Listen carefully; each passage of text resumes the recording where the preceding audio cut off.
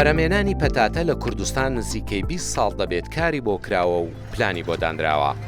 لە ساڵی 2009 چاندنی پەتاتە خرایە لستی بەرهەمە استراتیجیەکانی پلانە 5 ساڵیەکەی وەزارەتی کشت و کاڵ و دەستکرا بە هاوردەکردنی بنەتۆی پەتاتە لە هۆڵندا و فەڕەنسا و لە دوای ساڵی 2010ەوە کوردستان لە کڕیاری پەتاتەوە بووە فرۆشیاری ئەم بەرهەمە.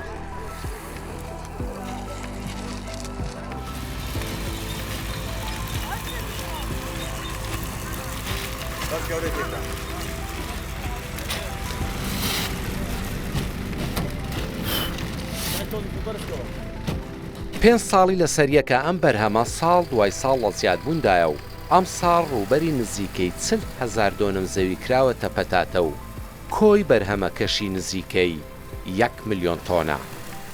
جگە لە زیادبوونی خواستی بازاڕەکانی نێوخۆش، زۆرن ئەو وڵاتانەی خواستی کڕینی پەتاتەی کوردستانیان هەیە. لە 2019 سەرەتای ئەم کابینەیە 190,000 تۆن ئینتاجی پەتاتەمان هەبوو. ئیمڕۆ کە قسەت لەگەڵ دەکەم 1 ملیۆن تۆن ئینتاجی پەتاتەمان هەیە لە هەرێمی کوردستان. بۆیە ئەو ناوبانگە گەورەی دروست کردووە. ئێمە ئێستا هەم ئینتاجی پەتاتەی خۆراکی دەکەین، هەم ئینتاجی پەتاتەی پیشەسازی دەکەین.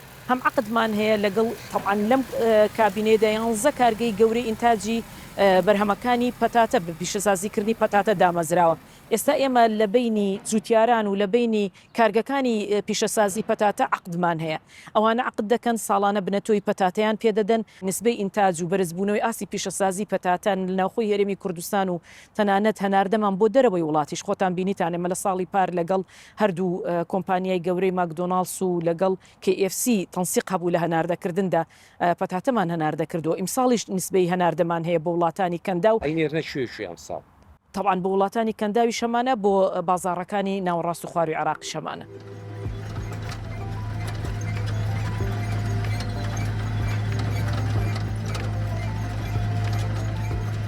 لە هەرێمی کوردستان 39 جۆر پەتاتە دەچێندرێت. هەر 3 جۆرە سەرەکیەکە هەن کە پەتاتەی خواردن و پەتاتەی جبس و فینگەرە.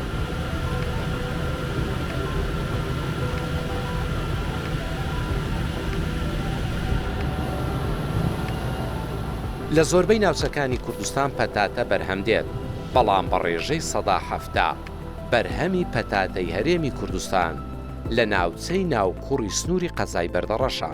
بە پیتی دەشتەکە و زۆری کێڵگەی پەتاتە هەلی کاری بۆ زیاتر لە 3,000 کەس ڕەخساندووە.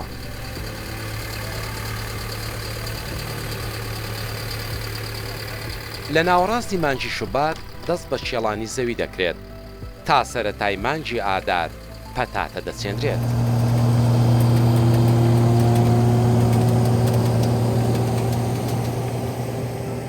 لە کێڵان و چاندندا کام ئامێری سەردەمە بەکاردەهێنرێت. تەنانەت ئێستا ژمارەیەک لە کۆمپانیاکانی بواری پەتاتەی کوردستان تراکتۆری بێشۆفێریشیان هەیە تا بڵێ جوتیاری باشن و قەت خەتی خوار ناکەن.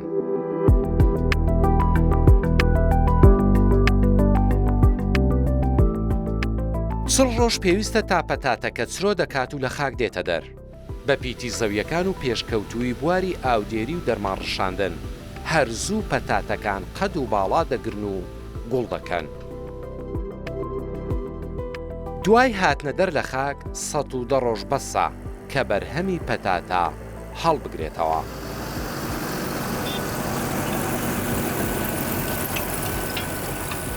دوای 150 ڕۆژ لە چاندن ئامێری تایبەت هەیە گەڵای پەتاتەکان دەهاڕێت و زەویەکە بۆ هەڵگرتنەوەی بەرهەمی ساڵ ئامادە دەکات.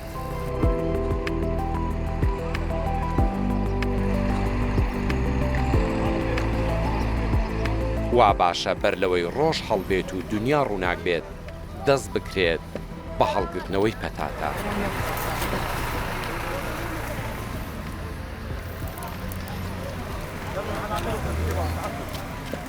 وەرزی هەڵگرتنەوەی پەتاتەیە لە باشووری کوردستان. ئێرە دەشتی ناوکوڕە لە نێوان بەردەڕەش و ڕێڤیا، ئەو شوێنەی کە سەرتۆپی بەرهەمهێنانی پەتاتەیە. ئەم کرێکارانە وە ژمارەیەک لە ئامێر دەست دەکەن بە هەڵگرتنەوەی بەرهەمی ساڵ.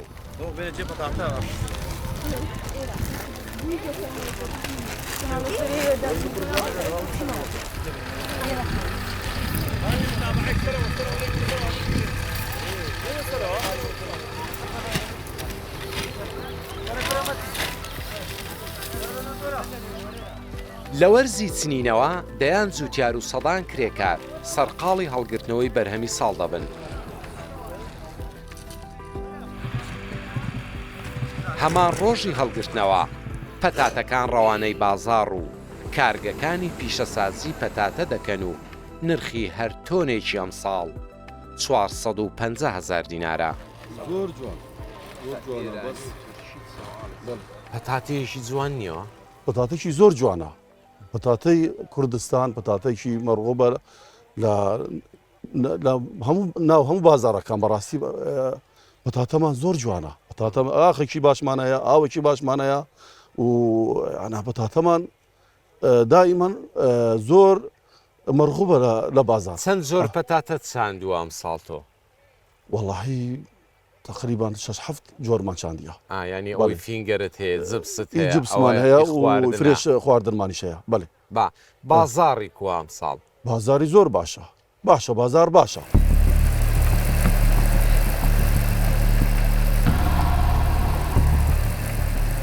لە بواری ئامێر و ئامرازەکانی پەتاتەدا کۆمپانیای زۆر هەن لە هەرێمی کوردستان خاوەن نوێترین تەکنۆلۆژیای سەردەمن. ئەمە ئامێری AVRی هەڵگرتنەوەی پەتاتەیە بە توانای 8200 ئەسپ و دروستکراوی وڵاتی بەلجیکایە.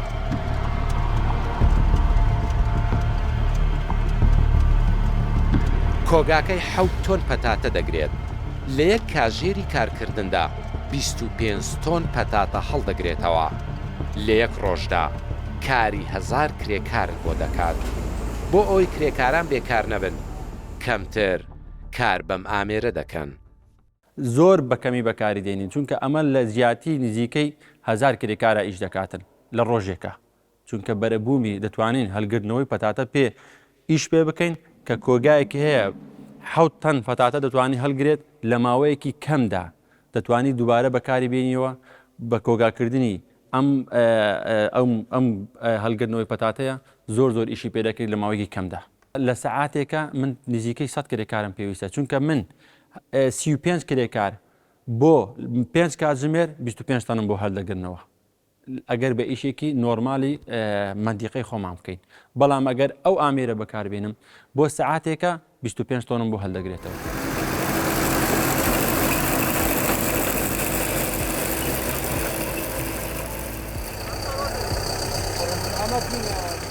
کەرتی کشتتوکاڵ بەگشتی دەستی کاری زۆری پێویستە.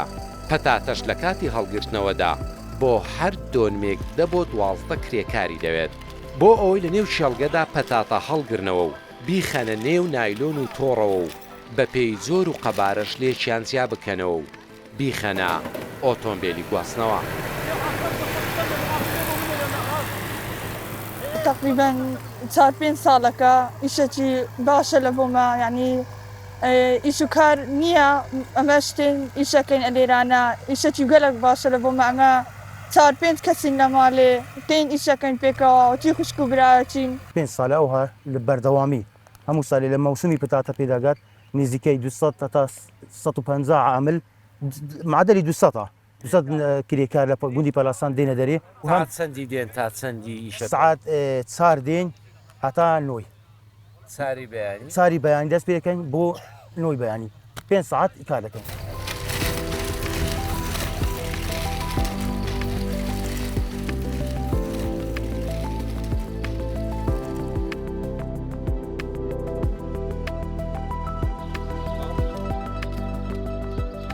زۆری ڕێژەی بارانبارینی ئەمساڵ زیانی لە بەرهەمی پەتاتە داوە، بەڵام هێشتا چاندنی تەنیا 1 کیلۆ بنەتۆ و 20 بۆ 25 کیلۆ پەتاتەی بڕیوە. ئەمە بڕێشی باشە و زووتیان ڕازیە لە بەرهەموو دەستکەوتە مادیەکەی. ئەگەر 1 تۆن ئالەم بنەتەوەن چاندبی، بەڵێ چەند تۆنەمان ئەمەمان دەستکەوتەوە؟ ئەگەر 1 تۆن لەم بنەتۆی کە تۆ دەڵێ بنەتۆی هۆڵندیبی لە جۆری ڕەشیدا بێتن بۆ ئەم ساڵ لەم کێلگەیە 1 تۆن مەسرافەکەی دەتوان بڵێن تێچووەکەی خەرجیەکەی دەکاتە 4,750,000 دینار. چەند ئەوەی لێ بەرهەم دێت ئەوە بەرهەمی ئەم تۆن پەتاتەیە کە چێنراوە نزیکەی 20 بۆ 25 تۆن بەرهەم دێتن بەم بەرهەمەکە ئێستا لە تۆنی 450,000 بۆ 500,000 دینار بە پێی بازاڕی ئەمڕۆ لە 400 بۆ 500,000 پارە بکاتن خێرێکی باشی دەبێت.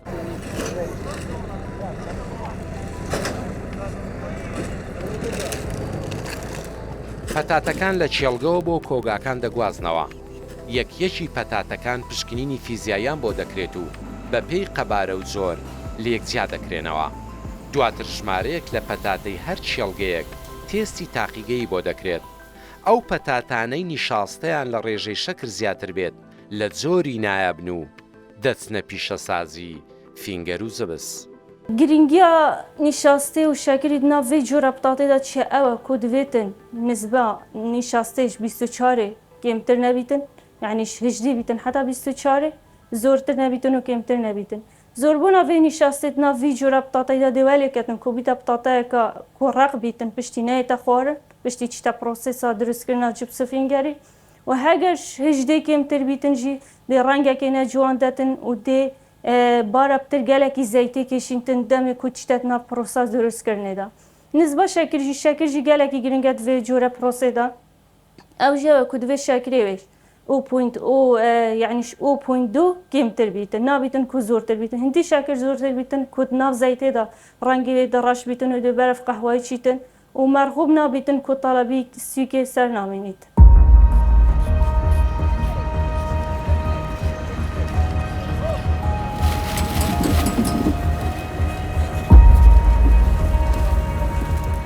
ئێرە علوەی هەولێرە ڕۆژانە دەیان تۆن پەتاتەی کوردستانی لێ دەفرۆشرێت. زیاتر زۆری پەتاتەکان هی خواردنی ڕۆژانەن و 160 بۆ 70 بەرهەمەکە بۆ خوار و ناوەڕاستی عێراقا. لا جوتیارەکانی دەشتی ناو کوڕم فرسی پەتاتەکان لە شۆ ئەفرۆشن وتیان بەشێکە چێتە جبس و بەشێک فینگەر ئەوەی دیکە لای ئەم کاک بەختیارە لە علوەی هەولێر. خێر بێن سەر ڕۆژانە چەند پەتاتەت بۆ دێت چەند پەتاتە فرۆشی بە چەندەیان فرۆشی ڕۆژانە ئێمە بە عام لە هەولێر لە سێ شوێن هەتا 1000 تەن 900 تەن دەفرۆشی. ڕۆژانە چەند تۆنە چێتە عێراق لە هەولێرەوە پەتات ڕۆژانە لە ناو عرد و لە ناو علوە 2500 تەن بە مەعەدەلی بۆ 3500 تۆن باڵێ ئەسێ. ئێوە با چەند لە جوتیارەکردنەوە بە چەند بە بازرگانانی عەرەبەی فرۆشن پەتاتەکە؟ ئێمە حەسەب نەوعیەتی پەتاتەیە. پەتاتەمانە ئێستا ئەو نەوع مستەورەدا ئەوە سنفەکی جدیدە ئەو ساڵ هاتووە. ئەو نەوع جوانە لە 500 دینار لە علوەی هەولێر دەفرۆشێت. ئەوانیش لە ناو ڕوستی عێراق یعنی 650 600 دینارە بۆ خۆیان دەیفرۆشن. یعنی بازارەکە ئەم ساڵ وا تەماشا دەکەم مستەقرە لە 500 بەرزتر نییە. باشە بەو پێیکە ئەمە پەتاتە لە پەتاتەی دا خۆبژێوی چوینەتە دەرەوە ئەیفرۆشینە عێراق و وڵاتانی دیکە. ئێستا لە ڕێگەی دەواازەکانی تورکیا یا ئیران دێتە ناو هەرێمی کوردستان پەتاتە؟ بەڕێز ئێمە بە نسبەت پەتاتە هەموو ساڵێ فەلا هەم جۆتیار بەخۆی خەزنی دەکا هەم تاجیرە برا عەرەبەکان لێرانە خەزنی دەکەن. بۆچی خەزنی دەکەن؟ بۆی ئێمە دوای مانجینۆ کە بەروبووم لە کوردستان خلاص بوو کۆگاکان بکەینەوە. چکگەر بێت و خەزن نەکرێ پەتاتە بە 200 دیناریش ناڕوە. یعنی بڕوایی دەبی بە 150 دیناریش ناڕوە. ئەوەندە زۆرێ. بەس ئێمە چیمانەیە داواکاریمان لە وەزیری بەڕێزەیە داواکاریمان لە حکوومەت هەیە بەڕاستی چاوەک بە وەزعەدا بژێرنەوە. ئێستا پەتاتە دێ بە پەتاتە لە مانگی 5ەوە تا ئێستا جاران بەس لە سنوورەکانی پەروێزخان و کەلاردار ئێستا منتیقەی جنوب و ماجنوبیشان هەموو فێر کرد.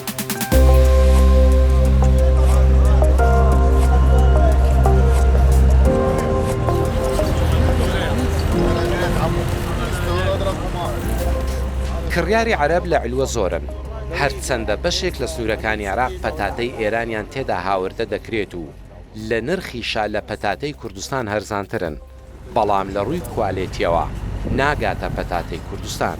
بطاطا درجة أولى الموسم خير من الله اسعار زين پەتاتەکە پلەیەکە بەرهەمی ئەمساڵ زۆر باشە و نرخیشی زۆر گونجاوە جوتیار دوسێ ساڵە زیانی بەردەکەوێت بەڵام ئەمساڵ بە پشتیوانی خوددا زیانەکانی قەرەبوو دەکاتەوە چونکە بازار کەمێک باشە.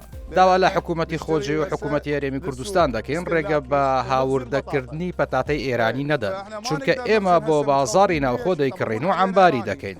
ئێستا ناتوانین عەمباری بکەین لە ترسی ئەوەی پەتاتەی ئێرانی بهێنرێتە نێو بازارەکان.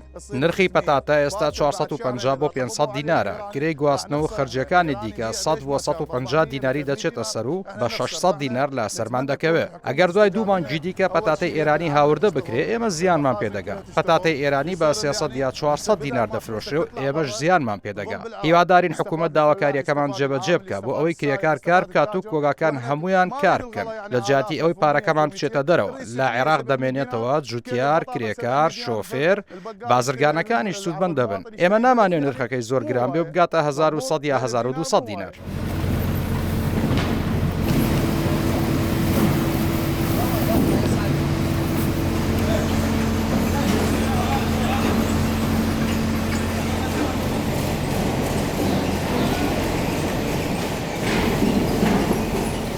ئێستا لە هەرێمی کوردستان 11 کارگەی پیشەسازی پەتاتە کار دەکەن.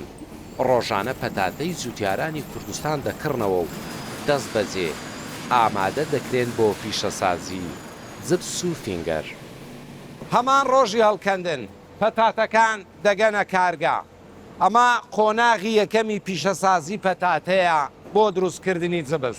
لێرە ژمارەیەک لە کرێکار کار دەکەن بۆی پەتاتەکان جیا بکەنەوە کامەیان بۆ کامە زۆر لە جبس باشە و وردەکانیش بە چەند قۆناغێکی دیکەی پیشەسازی دەیکەنەوە بنەتۆی ساڵی ئایندا.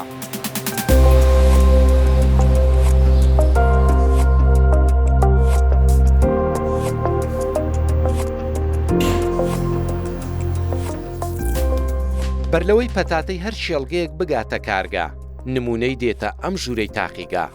ژوورێک وەک کارگەیەکی بسووکی جبسە. تێستی پەتاتەکە دەکرێت تا نمونەی دەکرێتە جبس و بڕیار لە کڕینی دەدەن. بەڵام کەمن ئەو پەتاتانەی ئۆکەی تاقیگە وەرنەگرن و پێشتر ڕێنوێنی زوتیاران کراوە کە چی بکات بۆ ئەوەی بەرهەمەکەی لە جۆری نایاب بێت. معمەلێکی بچووکە مختبەرە کە فەحسمان کرد ئێمە ستاندەری خۆمان هەیە لە مختبەرە تا 15% قبوڵیەکەین دوای 15% دەرەجە دووە قبوڵی دیفێکتەکانی ئەو پەتاتانی کە خراپە لە لێرە نووسیتانەوە هەمووانە نووسیتان دیفێکت نووسراوە ئەوەیان شوگەرەوە شەکرە شەکر تا 20% وەرەگرین. ئەوەش درایمەتەرە ئەوە کە ئەو جیهازەیە فەحسیەکە ئەویش ناوی جۆری پەتاتەکەیە لە بەرەوەی پەتاتەکان بۆمان دێ جۆرا و جۆرە درستە. ئەوانەی کە لە تاقیگەدا دەرنەچوون چی بە جوتیارەکە ئاڵێن؟ ئەوەی لە تاقیگە دەرنەچێ ئەوە بە فەلاح 2 دەرەجەمان هێمە کە دەرەجە 1 قبول نەکرات دەرەجە 2مان هەیە. دەرەجە 2 ئەوە معالەجاکێ لە مختبەر لە معمەل چاکەکرێ هۆ تۆشمان هەیە هەنگاومان هەیە شەکری کەمەکاتۆ کە بۆ دەرەجە 3 مەتر وەری ناگرین گەڕێن و بە فەلاح خۆی ڕێنوێن یەکەن کە بۆ ساڵی داهاتوو چی بکە بۆ ئەوەی بەرهەمەکەی ئێمە جگە لە مختبەرە هەندێ مهندسترمان هەیە ئەندازیارتمان هەیە لە دەرەوە لەگەڵ فەلاحەکان دایمە مراقبەیانەکەن ڕێنمایان دنیا بۆی کە بەرهەمەکەیان ئێمە الحەمدوللا جاران تا 70% ڕەفزمان هەبوو ئیستا لەخوا بەزێ تا 2 تا 3% مان هەیە.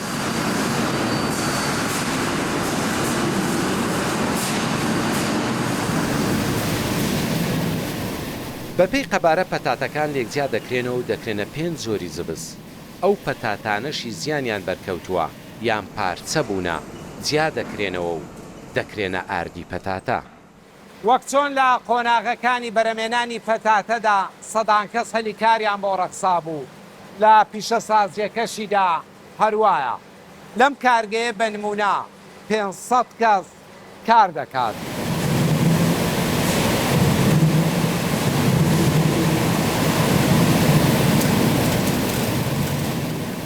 پەتاتەکان ئامێر و هێڵی وەبەرهێنانی زۆر دەبڕن لەگەڵ زۆری هەلیکار کارگە سیستەمی ڕۆبۆتە و لە شوشتنەوە دەست پێ دەکات تا جیاکردنەوەی جۆرەکانی پەتاتە و لێکردنەوەی توێکڵ و لەتکردن و لێدانی تام و سوورکردنەوە و قۆناغی لە کارتۆنان و پاکەتکردن. تقریبا ڕۆژانە بە نزیکەی 125 تۆن بەتاتە دەکەینە شبس لە خلالی هەر سێ شەفتەکەی واتە لە 24 ساعت و پێنج نوعیەتمان هەیە لە شبس زۆرەکان بریتین لە میتۆ، ویزۆ، سناکی، کریسپەر، وین.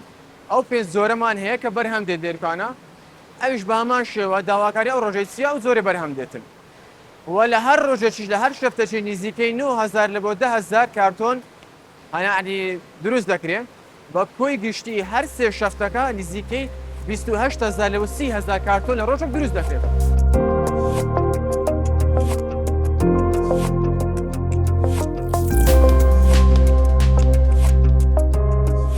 300,000 تۆن پەتاتە بەشی پێداویستی ناوخۆی هەرێمی کوردستان دەکات. ڕێژەیەکی زۆریش هەناردەی وڵاتانی رووسیا، ئیمارات، لیبیا، سعودیا و سووریا دەکرێت و نیوەی زیاتری بەرهەمی ساڵانەشی بۆ بەشە پیشەسازیەکەیەتی. جبسی کوردستانیش هەناردەی ژمارەیەک لە وڵاتان دەکرێت. المعمل يستهلك شهريا بحدود 3000 طن. بەکاربردنی کارگەکەمان مانگانە نزیکەی 3,000 تۆنە و ڕۆژانە نزیکەی 30,000 کارتۆن بەرهەم دەهێنێت کە لە سەرانسەری پارێزگاکانی عێراقدا ساغ دەکرێنەوە.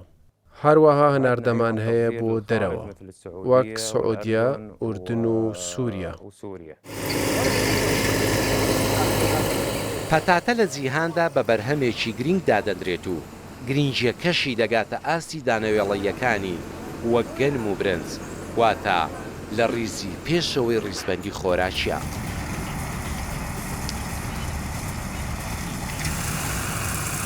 لەگەڵ باشترکردنی شێوازی کشتتوکاڵ و بەکارهێنانی تەکنەلۆجیای پێشکەوتوو بەرهەمی پەتاتەی کوردستان ساڵ دوای ساڵ کوالێتی و بەرەمهێنانی بەرزتر دەبێتەوە و تاوەکو توانیوێتی نەکەر پێداویستی بازاڕی نێوخۆی بەڵکو و هاوردەی بازاڕەکانی ژمارەیە وڵاتیش بکرێت. ئەمە شوای کردووە کوردستان ببێتە یەکێک لە سەرچاوە سەرەکیەکانی ئەم بەرهەمە لە ناوچەکەدا بە شێوەیەک کە هەم داهاتی جوتیاران بەرز بکاتەوە و هەمیش بەشداری ڕاستەوخۆ لە گەشەکردنی ئابووری هەرێمی کوردستان بکات.